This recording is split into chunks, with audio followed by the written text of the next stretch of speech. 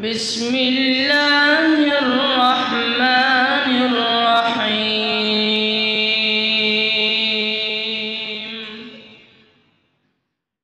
یہ مقصد ہے کہ دنیا سے جہالت دور ہو جائے، کلام اللہ سے مومن کا دل پر نور ہو جائے۔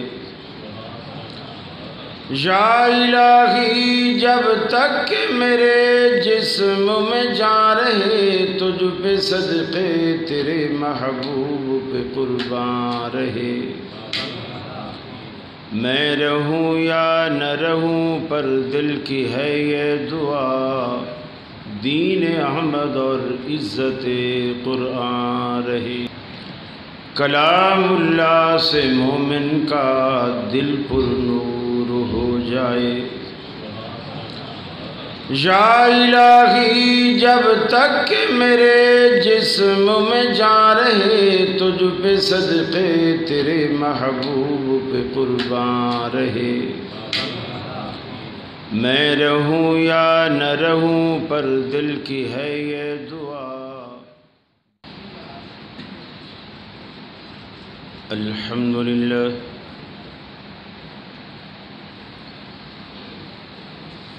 الحمدللہ حمدا کثیرا کما امر، ونشهد أن لا إله إلا الله وحده لا شريك له في الخلق والأمر، ونشهد أن سيدنا وسندنا محمدا عبده ورسوله،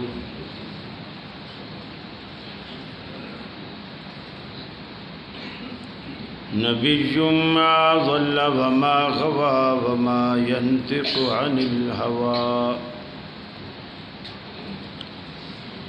فصلى الله عليه وبارك وسلم وعلى آله وأصحابه وأزواجه صلاة دائما سرمدا۔ أما بعد، فأعوذ بالله من الشيطان الرجيم، بسم الله الرحمن الرحيم۔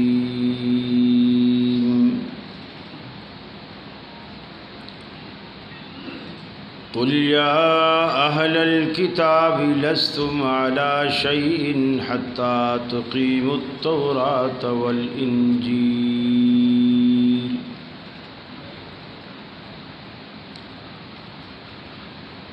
وقال الله تبارك وتعالى ذلك الدين القيم۔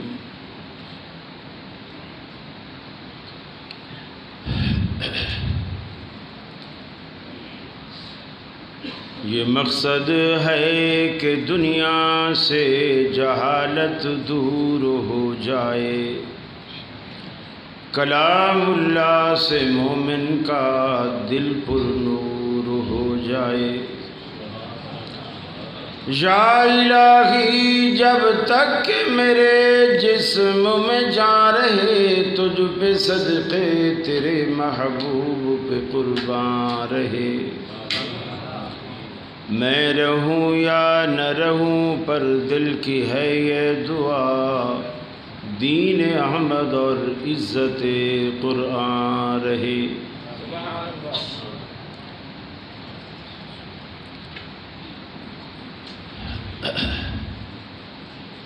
واجب الاحترام علماء کرام، عزیز ساتھیوں، دوستوں اور بزرگوں، فیصل آباد کے میرے اہل توحید بھائیوں، میری مسلم ماؤں، بہنوں، بیٹیوں، ہم یہاں آج آپ کے شہر اور آپ کے اس علاقے میں ایک خاص مقصد سے جمع ہیں۔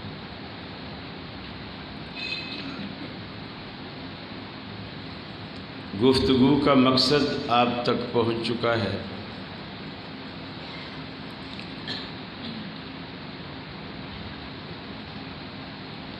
میں گفتگو کے آغاز سے پہلے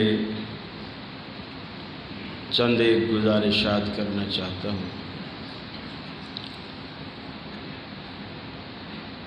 میں اہل فیصل آباد کا تہ دل سے مشکور ہوں، جنہوں نے ہر طرح سے مجھے یہاں عزت دی، محبت دی، پیار دیا، خلوص دیا، اور میں اس قابل نہیں کہ کوئی میرا استقبال کرے، لیکن آپ لوگوں نے استقبال کیا، مجھ پر پھول نچھاور کیے۔ اللہ تعالیٰ اس کے بدلے آپ پر جنت کے پھول نچھاور فرمائے۔ آمین۔ دوسری گزارش یہ ہے کہ جب آپ علماء کرام کو بلاتے ہیں تو ان کی جو تھوڑی سی تحسین اور تعریف ان کے سامنے نہ کیا کریں، آپ ایک دن پہلے کر لیا کریں، ان کے سامنے کوئی تعارف نہ ہو، بس ٹھیک ہے لوگ جانتے ہیں، اشتہاروں میں انہوں نے پڑھ لیا کراچی سے ایک مولوی آ رہا ہے، بس اب آپ کو اتنے سارے القابات دینے، اور بیٹھ کر جب سنو تو تھوڑی شرمندگی ہوتی ہے، اور یہ اچھا نہیں ہے کہ مہمان کو کوئی شرمندہ کرے۔ اللہ آپ کو عزتوں سے نوازے، بس آپ جو پیار دیتے ہیں وہی کافی ہوتا ہے۔ ہمیں آپ کے منہ سے اپنی تعریفیں سننے کی نہ عادت ہے اور نہ ہی اچھا لگتا ہے۔ دوسری بات یہ ہے، ماشاءاللہ ایک اچھی کاوش ہے، اچھی کوشش ہے، جو تعارف میں بتایا گیا ہے کہ یہ نہیں آگے نہ کریں، پھر وہ صرف مجھے یہ بتا دیں کہ نہیں مجھے یہ بتائیں کہ اصل مائک کون سا ہے، یہ والا، بس ٹھیک ہے، باقیوں کو نیچے کریں، یہ اوپر رہیں گے، بس ٹھیک ہے۔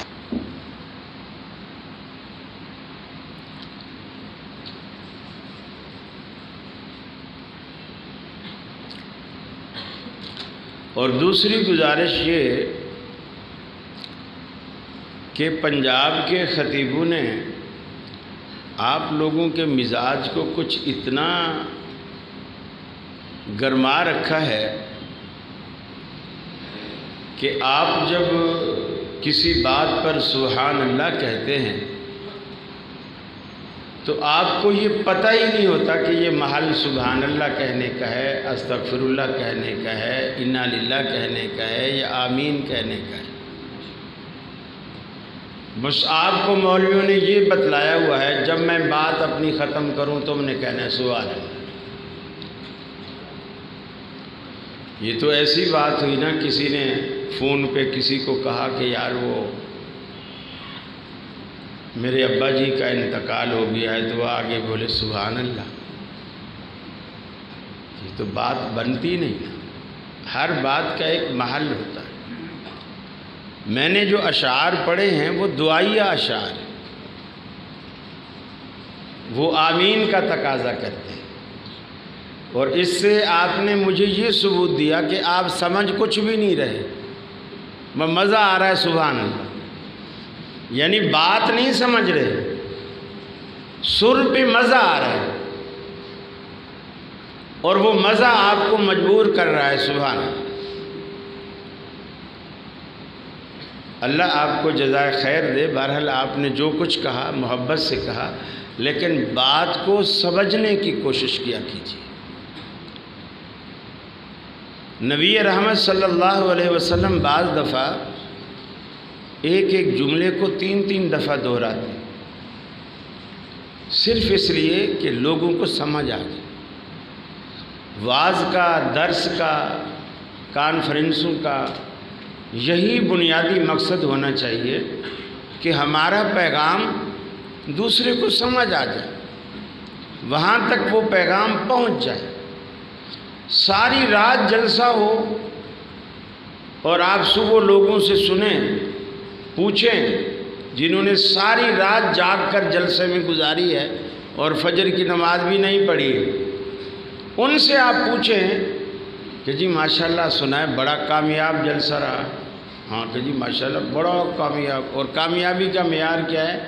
45 دیگیں پکائی تھی، ساری ختم ہو گئی، جلسہ کامیاب۔ 45 دیگیں پکائی تھیں، ساری ختم ہو گئی، لہذا ثابت ہوا کہ جلسہ کامیاب۔ پھر آپ پوچھو کہ اس کامیاب جلسے سے آپ نے کیا حاصل کیا؟ کوئی مسئلہ سمجھا؟ کوئی دین کی بات عکس کی آپ نے؟ جواب ملے گا جی مسئلہ تو یاد نہیں ہے پر مزہ بڑا ہے، مزہ بڑا ہے۔ اس مزاج کو تبدیل کیجیے، اس مزاج کو تبدیل کیجیے۔ بریلویوں میں اور اہل حدیثوں میں کچھ تو فرق ہونا چاہیے نا۔ مزے لینے والی وہ قوم ہے، اللہ نے آپ کو مزہ لینے کے لیے نہیں بنایا، اللہ نے آپ کو ترویج دین کے لیے بنایا اور اسی لیے رکھا ہوا ہے، اسی لیے آپ آباد ہیں، اسی لیے آپ شاد ہیں، اور اللہ تعالیٰ آپ کو آباد و شاد رکھے۔ یہ بنیادی فرق ہے۔ تقریر سنتے وقت، درس سنتے وقت آپ کا یہ نقطہ نظر ہونا چاہیے کہ میں کچھ حاصل کروں۔ پھر اس کے بعد انتظامیہ کی ذمہ داری بنتی ہے، جو پروگرام کرانے والے ہوتے ہیں یہ ان کی ذمہ داری بنتی ہے کہ اس مقصد کے لیے انہوں نے کس خطیب کا انتخاب کیا۔ یہ امتحان ہے انتظامیہ کا کہ انہوں نے اس مقصد کو پانے کے لیے کس خطیب کا انتخاب کیا۔ آیا وہ جو آپ کو لطیفے سنائے، آپ کو قصے سنائے، آپ کو ہنسائے، یا وہ جو آپ کو قرآن و سنت کی باتیں بتائے، آپ کے ایمان کو گرمائے، آپ کی اصلاح کا باعث بنے؟ یہ بھی ایک اہم ذمہ داری ہوتی ہے۔ یہ آپ سوچیں، ہم اس وقت دنیا میں بدنام ہوتے جا رہے ہیں۔ یقین مانیے میں کراچی سے ادھر آتا ہوں اور کافی عرصے سے آ رہا ہوں، جب سے ٹی وی پہ پھڈے ہوئے نا،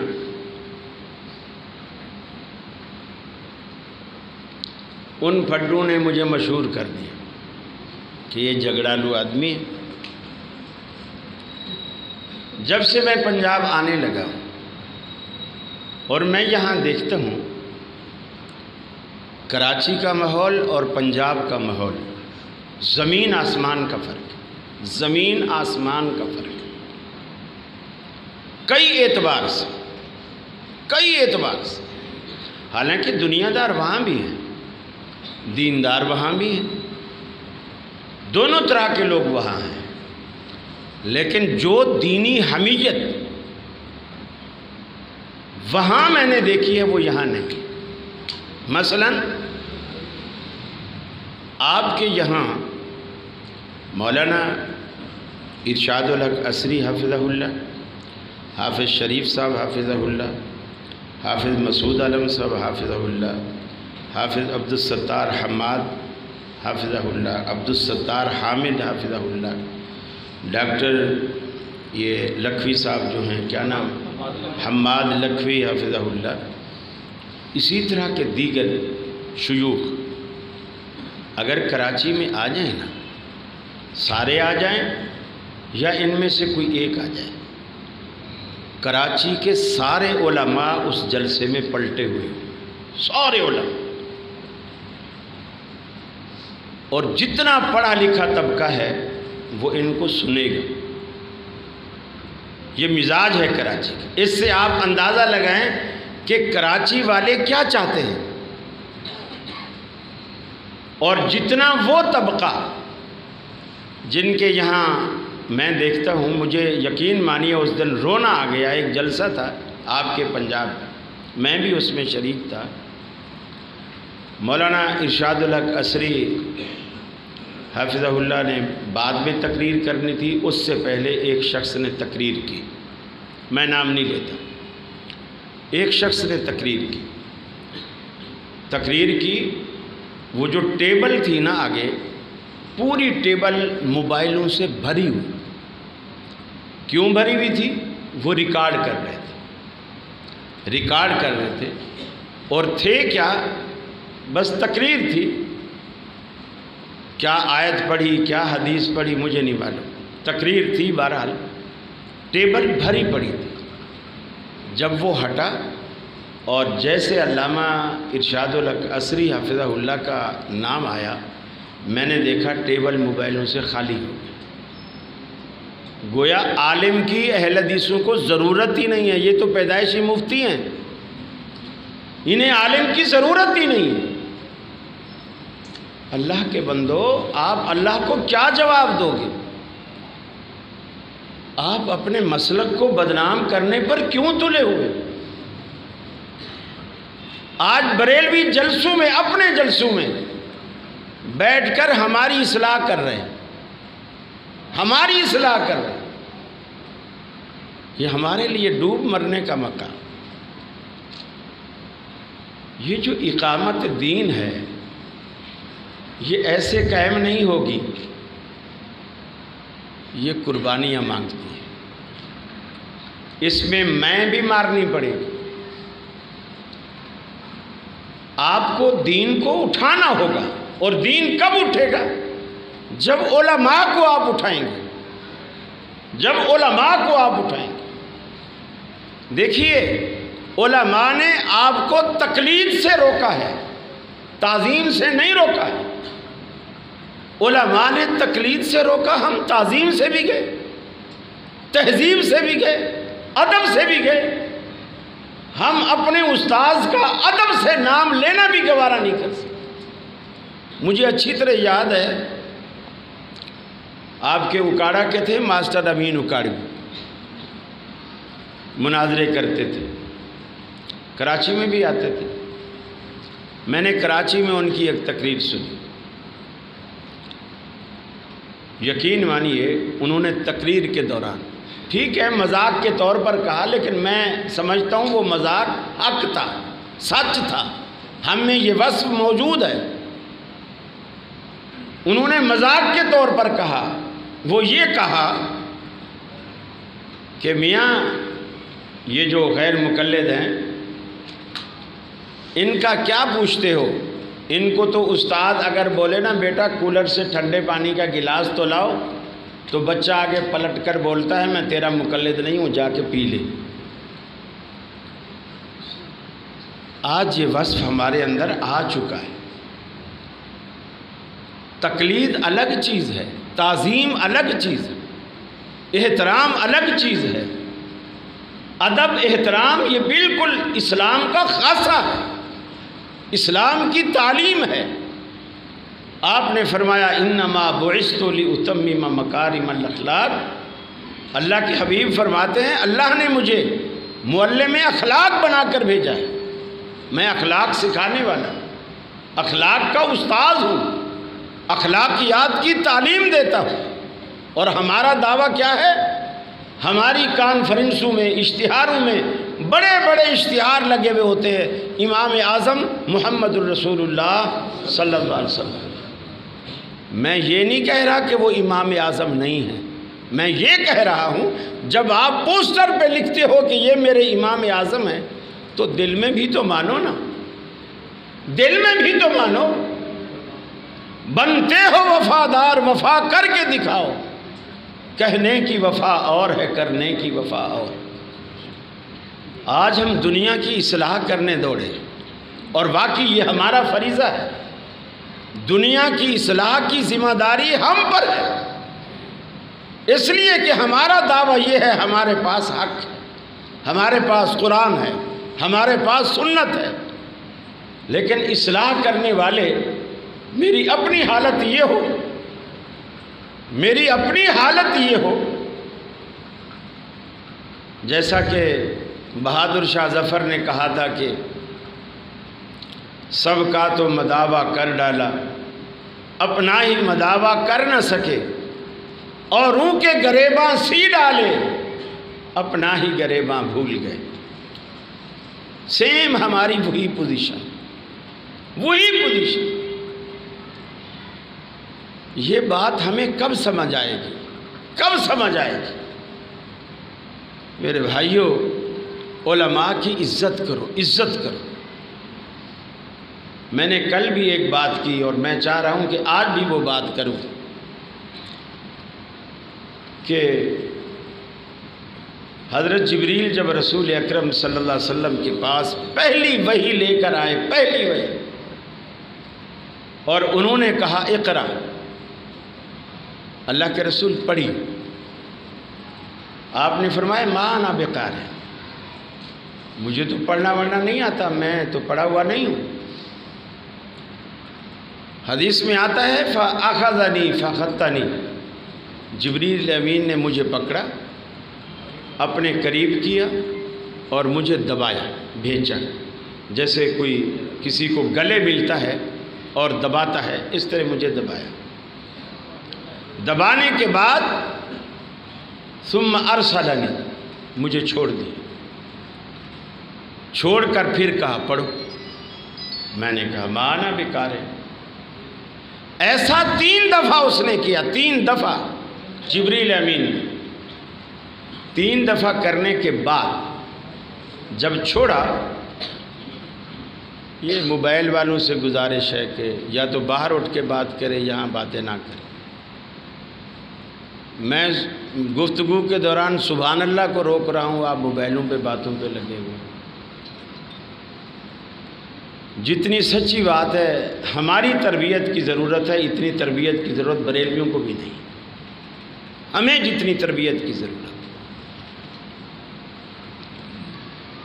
3 دفعہ جبریل امین نے بھیجا، دبایا اور اس کے بعد چھوڑ دیا۔ اب فرمایا اقرا بسم ربک الذی خلق، اللہ کے رسول پڑھنے لگے اقرا بسم ربک الذی خلق۔ جبریل امین نے آپ کو کوئی مدرسے میں بٹھایا تھا؟ مدرسے میں بٹھایا تھا؟ کوئی چیز پڑھائی تھی، سکھائی تھی؟ کچھ نہیں۔ چند لمحے پہلے جو آپ کہہ رہے تھے ما انا بقارئ، میں پڑھنا نہیں جانتا، جبریل امین نے کیا تبدیلی لائے کہ چند لمحوں کے بعد اللہ کے رسول پڑھنے لگے؟ بیچ میں کس چیز کا فرق آیا؟ جی، جپھی کا فرق آیا۔ جبریل امین نے جب 3 دفعہ جپھی ڈالی نا اور آپ کو بھیجا، اللہ رب العالمین نے جبریل کے سینے کی بات رسول اللہ کے سینے میں منتقل کر دی۔ ارے علماء سے سینہ ملا کے تو دیکھو، ساری زندگی ہم مفتی بنے رہے، علماء کو ہم نے کچھ نہیں سمجھا۔ اس سے ثابت ہوتا ہے کہ ایک علم ایک سینے سے قربت کی وجہ سے دوسرے سینے میں منتقل ہوتا ہے۔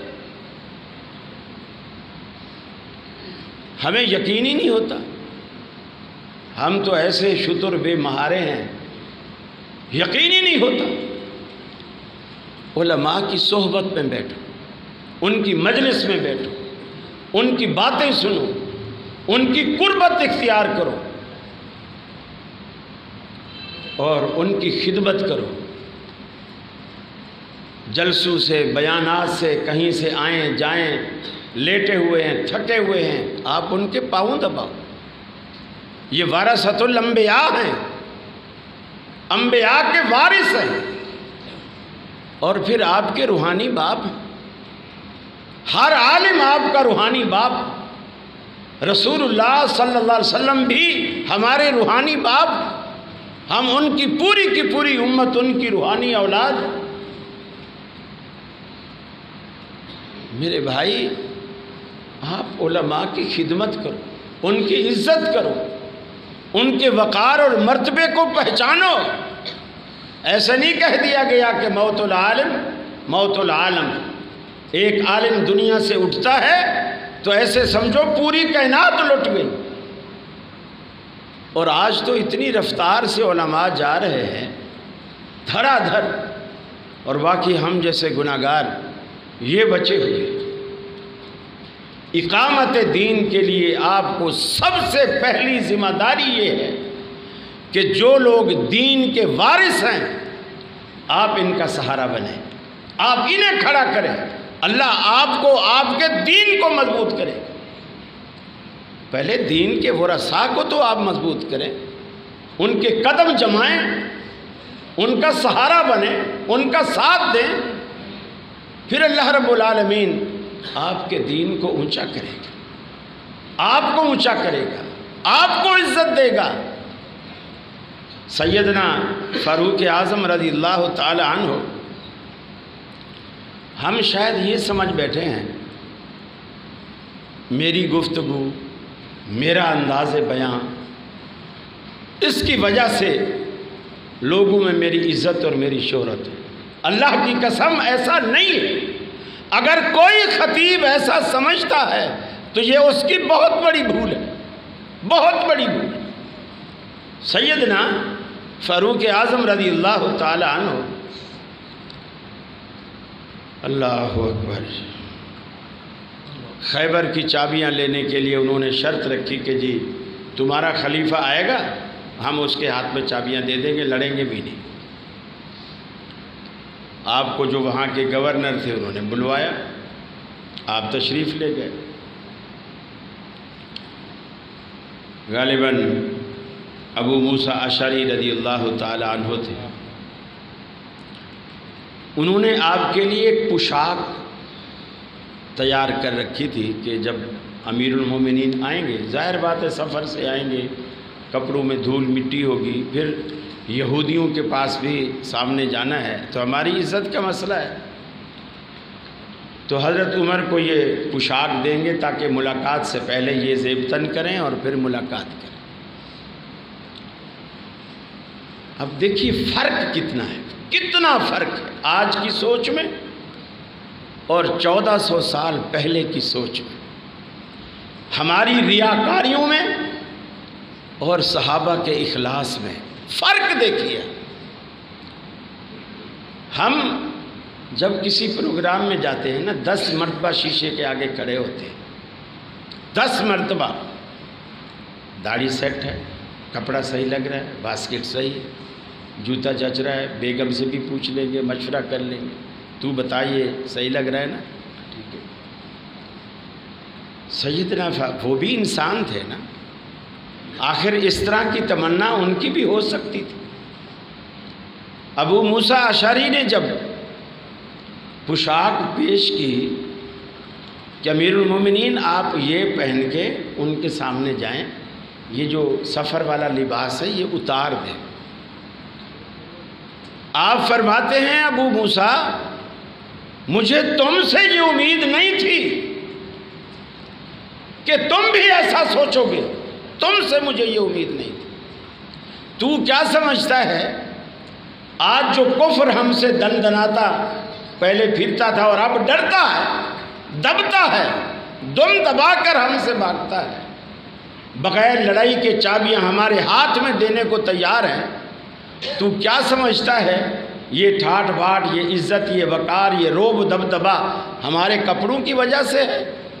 نحن قوم اعزنا اللہ بالاسلام، اے ابو موسیٰ ہم ایسی قوم ہیں جن کو اللہ نے کپڑوں سے نہیں اسلام سے عزت دی، اسلام سے عزت دی۔ اللہ کے نیک بندو، اہل حدیث بننا بہت مشکل ہے، بہت مشکل ہے۔ کہلانا آسان ہے، بننا بہت مشکل ہے۔ بننے کے لیے صحابہ کرام سے پوچھو وہ کیسے بنتے تھے، نبی کی سنتوں پر کیسے کٹ برتے تھے۔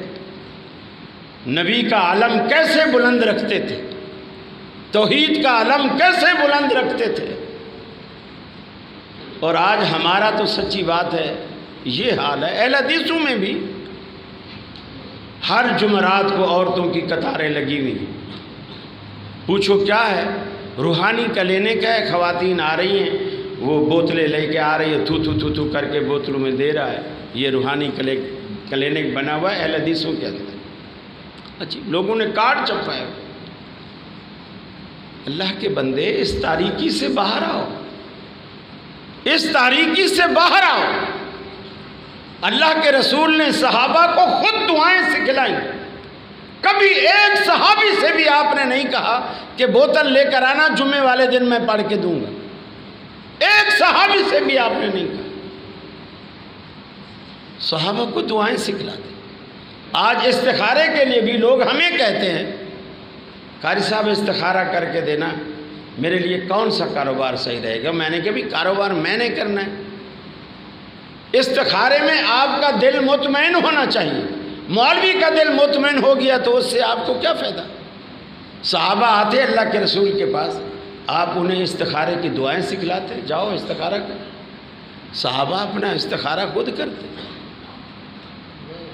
میرے بھائیو، آپ اہل حدیث ہو، آپ نبی کے سچے امتی ہو، نبی کے حقیقی وارث ہو۔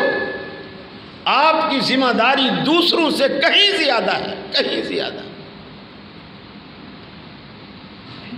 اور سچی بات ہے، یہ جو ارکان اسلام ہے نا، جب تک ہم ان کی حفاظت نہیں کریں گے، ان کی حفاظت نہیں کریں گے، نماز کی ہم حفاظت نہ کریں، روزے کی ہم حفاظت نہ کریں، حج کی ہم حفاظت نہ کریں، زکوٰۃ کی ہم حفاظت نہ کریں، تو ہم اقامت دین کا فریضہ انجام دے ہی نہیں سکتے۔ ایک عمارت ہے، آپ اس کو کھڑا کرنا چاہتے ہیں تو آپ پلر مضبوط تو کریں نا، اس کے ستون تو مضبوط آپ کو کرنے پڑیں گے۔ یہ بات اللہ تعالیٰ نے اہل کتاب سے کہی۔ فرمایا قُلْ يَا أَهْلَ الْكِتَابِ لَسْتُمْ عَلَىٰ شَيْءٍ حَتَّىٰ تُقِيمُوا التَّوْرَاةَ وَالْإِنْجِيلَ۔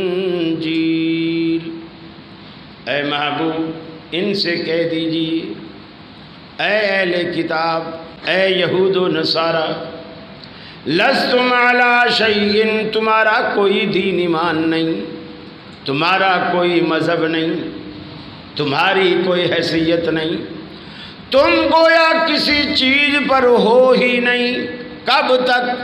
حتی تقیموا التوراۃ والانجیل، جب تک کہ تم تورات کو اور انجیل کو نافذ نہ کر دو۔ ارے یہودی نہیں رہ سکتا، عیسائی نہیں رہ سکتا جب تک کہ تورات و انجیل کو نافذ نہ کرے۔ مسلمان کیسے رہے گا؟ مگر مومنوں پر کشادہ ہیں راہیں، یہاں تو سب کچھ کھلا۔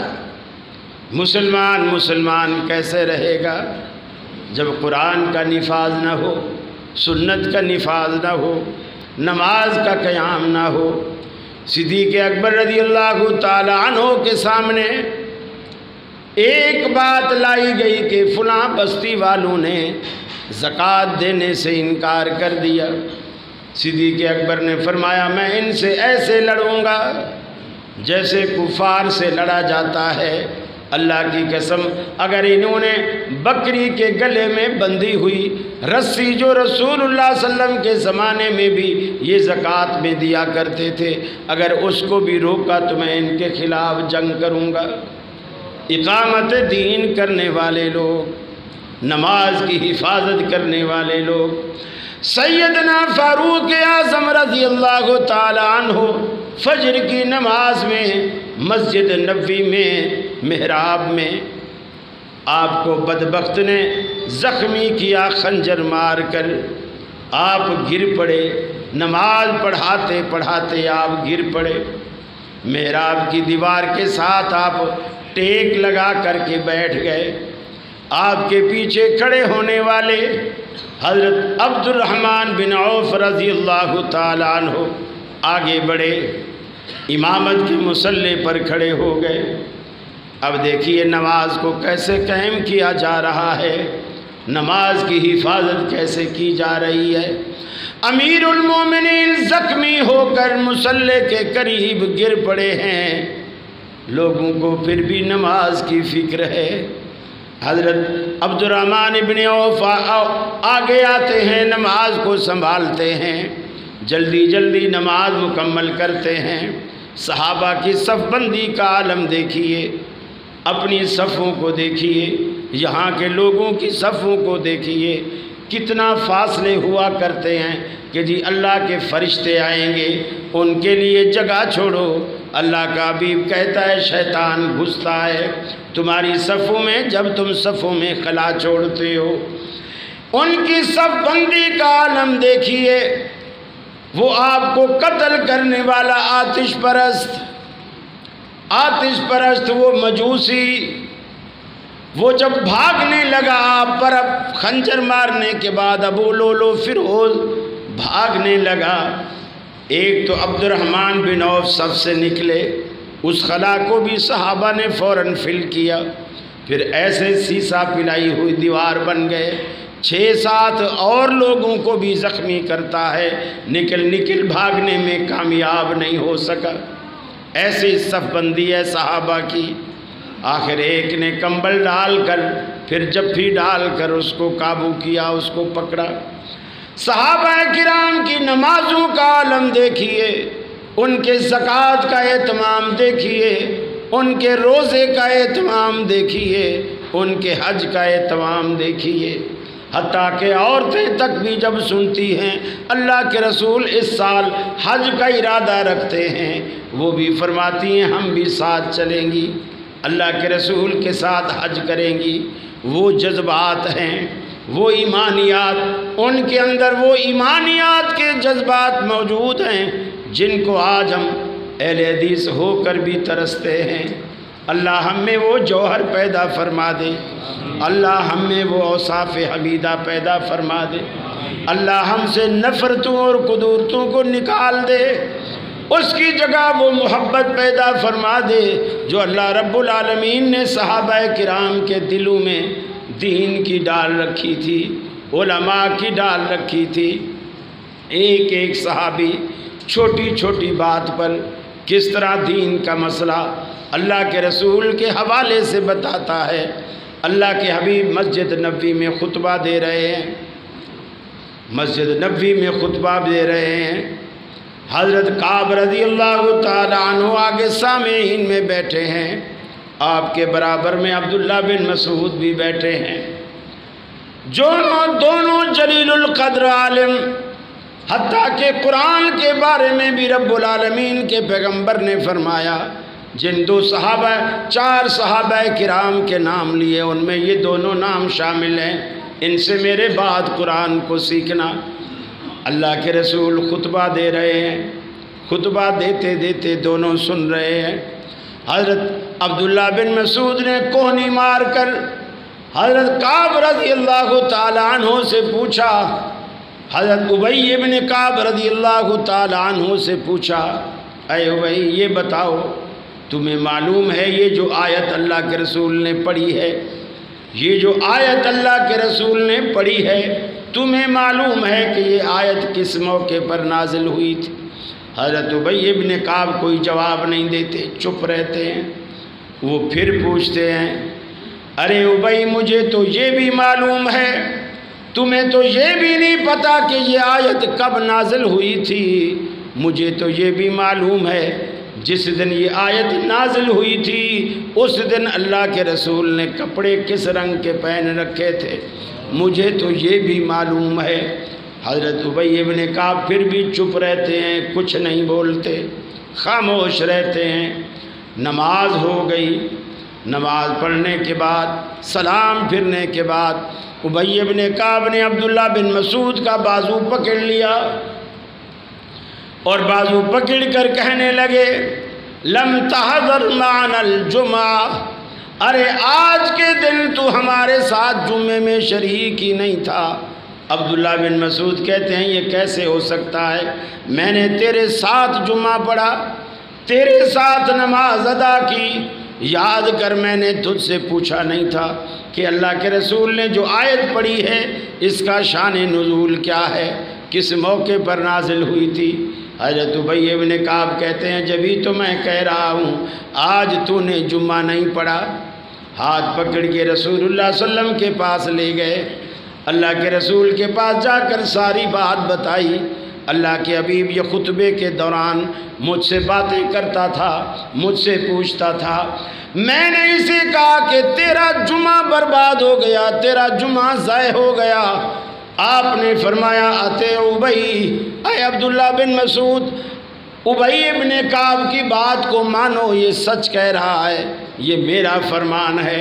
عبداللہ بن مسعود اتنا بڑا عالم ہے، اتنا بڑا عالم ہے جس کے بارے میں رسول اللہ صلی اللہ علیہ وسلم نے فرمایا روز آخرت جسامت میں بھی چھوٹا، قد میں بھی چھوٹا، دبلا پتلا، سوکھی سوکھی پنڈلیوں والا، قیامت کے دن فرمایا یہ جو اللہ رب العالمین میزان لگائے گا، ترازو لگائے گا، اس کے پلڑے اتنے بڑے، اتنے مضبوط، اتنے مستحکم ہیں کہ اگر ساتوں زمین اور ساتوں آسمان اس پلڑے میں بھی رکھے جائیں گے، وہ ساتوں زمین ساتوں آسمان اس پلڑے میں وہ اتنا مضبوط ہے کہ ان کو اٹھا لے گا، لیکن وہ پلڑا عبداللہ بن مسعود کی پنڈلی کا وزن نہیں اٹھا سکے گا۔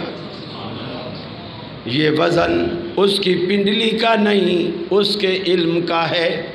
لیکن آج جمعے کے اندر باتیں کرتا ہے اور یہ مسئلہ اس کو معلوم نہیں، یہ مسئلہ اس کو معلوم نہیں۔ اہل حدیثو، خود کو حرف آخر مت سمجھو، یہ مت سمجھو کہ میں حرف آخر، میری بات حرف آخر، میں جو کہتا ہوں بس وہ میرا فرمایا ہوا درست ہے، میری اصلاح کی ضرورت نہیں، ہمیں اصلاح کی ضرورت ہے، ہماری اصلاح کی ضرورت ہے۔ کئی موقعوں پر سیدنا فاروق اعظم رضی اللہ تعالیٰ عنہ نے فیصلہ فرمایا، فیصلہ صادر فرمایا، اور فیصلہ لوگوں نے سنا۔ خواتین بھی درس میں موجود ہیں، مرد بھی درس میں موجود ہیں۔ ایک بوڑھی خاتون کھڑی ہوئی، عرض کی کہ امیر المومنین، آپ نے جو یہ پابندی لگائی ہے، ہم اس سے زیادہ مہر اگر کوئی مقرر کرے گا تو ہم بیت المال میں ضبط کر لیں گے۔ آپ نے یہ پابندی کس اختیار کے تحت لگائی؟ اللہ تعالیٰ تو ہمیں قرآن میں کہتا ہے کہ اگر خزانہ بھی مقرر ہو جائے تو وہ بھی ادا کرو۔ اللہ تو خزانہ دینے پر راضی ہے، آپ یہ 32 یا 33 روپے کی بات کرنے والے کون ہوتے ہیں؟ سیدنا فاروق اعظم نے بڑھیا کی بات سنی۔ دو طرح کی روایات آتی ہیں، ایک روایت میں آتا ہے عمر سے تو یہ بڑھیا بھی قرآن زیادہ جانتی ہے، اور ایک روایت میں آتا ہے اگر یہ بڑھیا نہ ہوتی تو عمر گمراہ ہو جاتا، اس کی وجہ سے اس نے میری رہنمائی کی، عمر سے تو یہ بڑھیا بھی قرآن زیادہ جانتی۔ اس میں دیکھیے حضرت عمر نے کیا کیا، اپنا جو عیب تھا اسے بھی مانا، اپنی لا علمی اسے بھی مانی، اور دوسرے سامنے والے کی بے شک وہ عورت ہے، وہ بوڑھی ہے، خلیفے کے مقابلے میں اس کی کوئی حیثیت نہیں ہے، بھرے مجمع میں اسے بھی مانا، اسے بھی مانا، اور اسے داد دی کہ عمر سے تو یہ بڑھیا بھی قرآن زیادہ جانتی۔ یہ ظرف پیدا کیجیے اہل حدیثو، یہ ظرف پیدا کیجیے۔ اقامت دین کے لیے ضروری ہے کہ آپ اپنے اندر یہ ظرف پیدا کریں، علماء کی قدر کرنا جانیں، علماء کی قدر کرنا سیکھیں۔ حضرت عمر رضی اللہ تعالیٰ عنہ ایک مقدمے میں فیصلہ کرتے ہیں، کوئی دو صحابی آپس میں لڑ پڑے، اس نے کوئی تیز دھار چیز دوسرے کو ماری، اس نے ہاتھ سے روکا، اس کی کچھ انگلیاں کٹ گئی۔ حضرت عمر نے فیصلہ کیا یہ جو انگلیاں ہیں، مثلا انگوٹھا ہے یہ ذرا موٹا ہوتا ہے، اس کے فرض کیا کہ انہوں نے 5 اونٹ مقرر کر دیے، شہادت کی انگلی اس سے ذرا چھوٹی ہوتی ہے، اس کے فرض کیا 4 اونٹ، برابر والی کے 3 اونٹ، اس سے برابر 2 اونٹ، اس طرح چھوٹی چنگلیاں انگلی کے جو ہے وہ 1 اونٹ، اس طرح فرق کیا۔ سیدنا حضرت عبد الرحمن بن عوف رضی اللہ تعالیٰ عنہ، یہ اکثر حضرت عمر کے ساتھ خلافت کے زمانے میں ساتھ ساتھ رہتے، انہوں نے کہا اے عمر آپ نے یہ فیصلہ رسول اللہ صلی اللہ علیہ وسلم کے فیصلے کے خلاف کیا ہے۔ اللہ کے رسول نے فرمایا ہے ان الاصابع فی الدیۃ سواء، یہ 5 انگلیاں دیت کے مسئلے میں برابر ہیں، اور آپ فرق کرتے ہو، اللہ کے نبی کی سنت کے خلاف فیصلہ دیتے ہو۔ سیدنا فاروق اعظم کیا کہتے ہیں؟ اہل حدیثو یہ حوصلہ پیدا کرو۔ سیدنا فاروق اعظم کیا کہتے ہیں؟ فرماتے ہیں ردو قول عمر ونفذوا قول رسول اللہ صلی اللہ علیہ وسلم، حضرت عمر کی بات کو، فتوے کو رد کر دو، رسول اللہ کے فتوے کو نافذ کر دو۔ یہ ظرف پیدا کیجیے، یہ ہمارا دین ہے، یہ ہماری تبلیغ ہے، یہ ہمارا واعظ ہے، یہ ہماری نصیحت ہے۔ اس کے بغیر اقامت دین ممکن ہی نہیں۔ ابھی تک تو میں نے آگے بات ہی نہیں کی، میں صرف یہ بتا رہا ہوں کہ ہماری ذمہ داریاں کیا ہیں۔ اقامت دین اور ہماری ذمہ داریاں 3 لفظ ہیں، ایک اقامت، ایک دین اور ہماری ذمہ داری۔ ہماری ذمہ داریاں کیا ہیں؟ ہماری جو ذمہ داریاں ہیں انہیں سمجھو۔ جب تک ہم اپنی ذمہ داریاں نہیں نبھائیں گے، ان کو پورا نہیں کریں گے، تب تک کچھ نہیں ہوگا۔ سیدنا عثمان غنی رضی اللہ تعالی عنہ، اللہ اکبر، ایک عورت آئی جو مجنون یعنی پاگل۔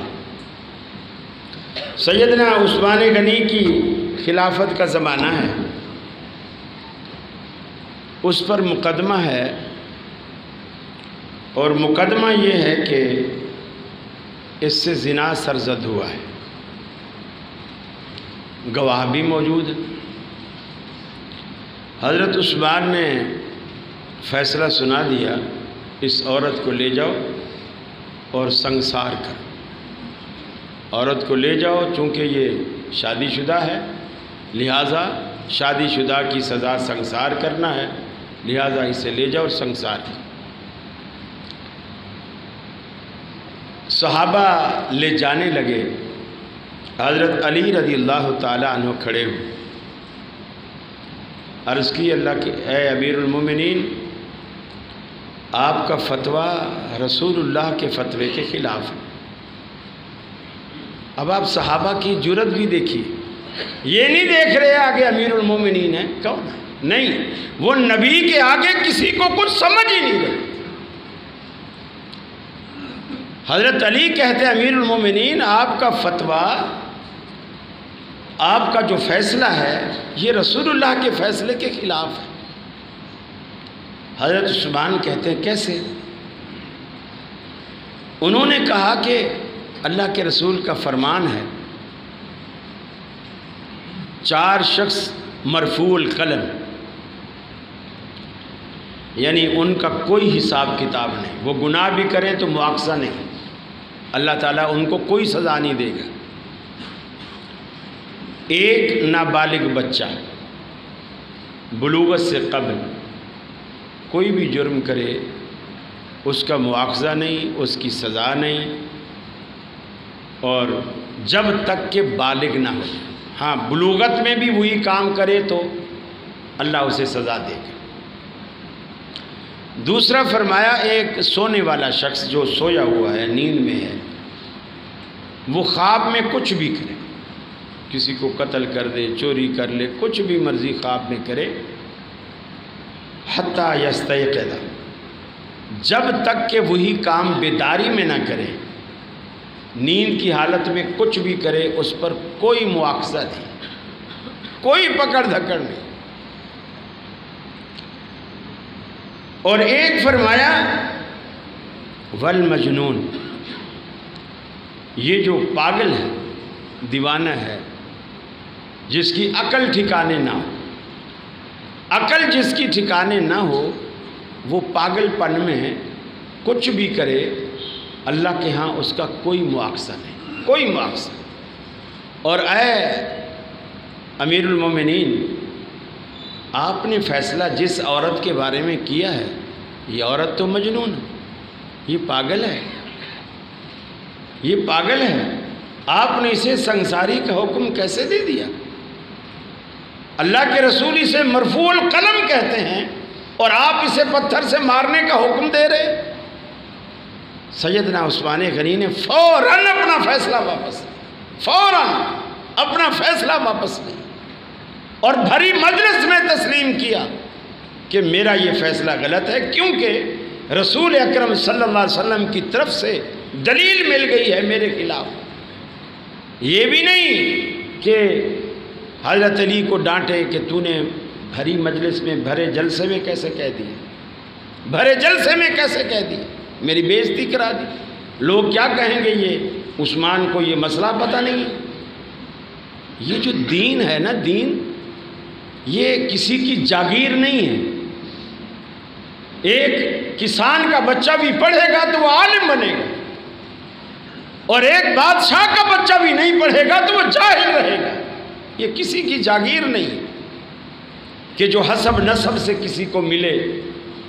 رسول اللہ صلی اللہ علیہ وسلم کے سگے چچا ابو لہب جاہل رہا، دوزخ کا حقدار بنا، اور حبشہ سے آنے والا بلال، ابو لہب انگارے کی طرح سرخ چہرہ رکھنے والا نبی کا رشتہ دار، وہ دوزخ میں جا رہا ہے، اور حبشہ سے آنے والا بلال رنگ کا کالا۔ اللہ رب العالمین رسول اکرم صلی اللہ علیہ وسلم کو معراج والی رات جنتوں میں چلتا ہوا دکھا رہا ہے۔ اللہ کے ہاں یہ نہیں ہے یہ کالا ہے، یہ گورا ہے، یہ نبی کا اپنا ہے، یہ پرایا ہے، اس کا رشتہ ہے اس کے ساتھ یا اس کا رشتہ نہیں ہے۔ اللہ تعالیٰ ان باتوں کو نہیں دیکھتا۔ غالباً میں نے بھی ایک غلطی کی ابھی، میں نے کہا 4 شخص، وہ 3 شخص جو میں نے آپ کے سامنے بیان کیا، چوتھا لفظ کہنا غلط، 3 تھے جو اللہ کے رسول صلی اللہ علیہ وسلم نے بیان فرمایا۔ اب میرا کہنے کا مقصد یہ ہے، علماء کی بھی ذمہ داری ہے، اہل حدیث ہونے کے ناطے ہماری بھی یہ ذمہ داری ہے، اپنی ذمہ داریوں کو سمجھیں اور یہ سمجھیں کہ ہم نے دین کو کھڑا کیسے کرنا۔ اقامت در حقیقت کسی گرنے والی چیز کو سہارا دے کر اس کو سیدھا کرنا ہے، اس کو کھڑا کرنا ہے۔ چنانچہ سورہ کہف میں حضرت موسیٰ علیہ السلام اور خضر کے واقعے کے دوران اللہ نے ایک دیوار کا ذکر کیا ہے جو 2 یتیم بچوں کی تھی۔ اس میں ان کے باپ نے خزانہ چھپایا ہوا تھا، اور اس نیت سے چھپایا تھا جب میرے بچے بڑے ہوں گے دیوار گرے گی تو پہلے اس لیے نہیں بتایا کہ یہ بچپن میں بے وقوف ہیں، یہ خود ہی نکال لیں گے، ضائع کر دیں گے یا کوئی ان سے چھین لے گا۔ یہ جب بڑے ہو جائیں گے، جوان ہو جائیں گے، جب تک دیوار گرے گی خزانہ ان کو مل جائے گا، یہ مالک ہو جائیں گے۔ یہ انہوں نے کیا، اور وہ وقت سے پہلے گرنے لگی، وہ ابھی بچے تھے، وہ گرنے لگی۔ قرآن نے الفاظ استعمال کیے، یرید ان ينقض فاقامہ، وہ دیوار گرنا چاہتی تھی، انہوں نے اس کو سیدھا کھڑا کر، وہ ٹیڑھی ہوئی، اس کو سیدھا کھڑا کر۔ اقامت دین کا مقصد یہ ہے کہ کہیں بھی آپ کے ہاں دین میں کجی ٹیڑھا پن نہ آنے پائے۔ اگر آپ ایسا دیکھیں تو آپ فوراً اسے سیدھا تیر کی طرح سیدھا کریں، فوراً کھڑا کریں۔ لیکن ایسا ہم کب کریں گے؟ جب پہلے خود تو سیدھے ہوں گے نا، پہلے خود سیدھے ہوں گے جبھی تو ایسا کریں گے، اور اگر ہم خود ہی سیدھے نہ ہوئے تو ہم ایسا کیسے کریں گے؟ ایسا کر ہی نہیں پائیں۔ میرا خیال ہے میں نے آپ کا اچھا خاصا ٹائم لے لیا، اور میں سمجھ رہا ہوں میں نے موضوع کے بالکل ایک پہلو پہ گفتگو کی میرے درد دل کے ساتھ، اور یہ میرا درد دل تھا کیونکہ آپ نے مجھے محبت دی، تو میں بھی چاہتا تھا کہ اس محبت کے بدلے میں بھی آپ کو کچھ دے کر جاؤں۔ یہ فیصل آباد میں اس سفر میں میرا یہ انشاءاللہ آج آخری پروگرام تھا۔ صبح میری روانگی ہے، مجھے ضرور اپنی دعاؤں میں یاد رکھیے گا۔ اللہ سے دعا ہے جس طرح اللہ رب العالمین نے آج ہمیں اس مسجد میں ہمیں اکٹھا کر دیا ہے، اللہ جنتوں میں بھی ہمیں ایسا اکٹھا فرما دے۔ اور آپ نے جس لگن، جس محبت اور دل جمی کے ساتھ اس ناچیز کی گفتگو کو سنا ہے، میں اللہ سے دعا کرتا ہوں جس طرح آپ نے میری باتوں پہ توجہ دی ہے، اللہ رب العالمین آپ کے معاملات پہ توجہ دے اور آپ کے معاملات اپنے فضل سے، اپنی رحمت سے، اپنی نصرت سے حل فرمائے۔ جزاکم اللہ احسن الجزاء۔ السلام علیکم ورحمۃ اللہ وبرکاتہ۔